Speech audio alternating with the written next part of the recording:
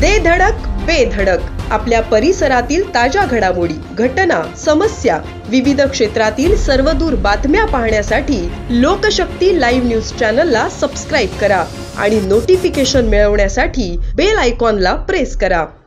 रायगड जिल्ह्याच्या हद्दीत एक भीषण अपघाताची घटना समोर आली आहे। तामिनी घाटात एसटी बस आणि कारचा भीषण अपघात झाला आहे। या अपघातात दोघांचा मृत्यू झाला आहे, तर 3 जण जखमी झाल्याची घटना घडली आहे। ही घटना दुपारी 1 ते 1:30च्या सुमारास तामिनी घाटात रेस्ट हाऊसच्या अलीकडे घडली आहे।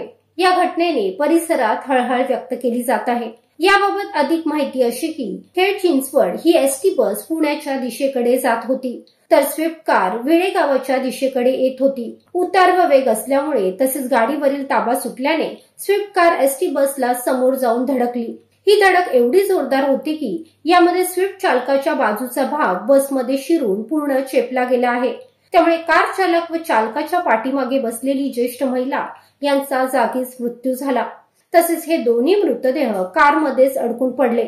सह्याद्री वन्यजीव रक्षणार्थ सामाजिक संस्थेचे सदस्य घटनास्थळी जाऊन त्यांनी अडकलेले मृतदेह बाहेर काढण्याचे काम सुरू केले।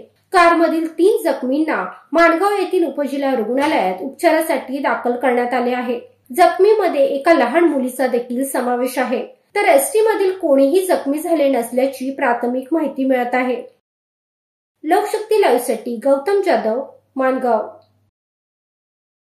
अशाच सच्चाई दर्शवणाऱ्या बातम्या पाहण्यासाठी लोकशक्ती लाईव्ह न्यूज चॅनलला लाईक करा, शेअर करा आणि सबस्क्राईब करा।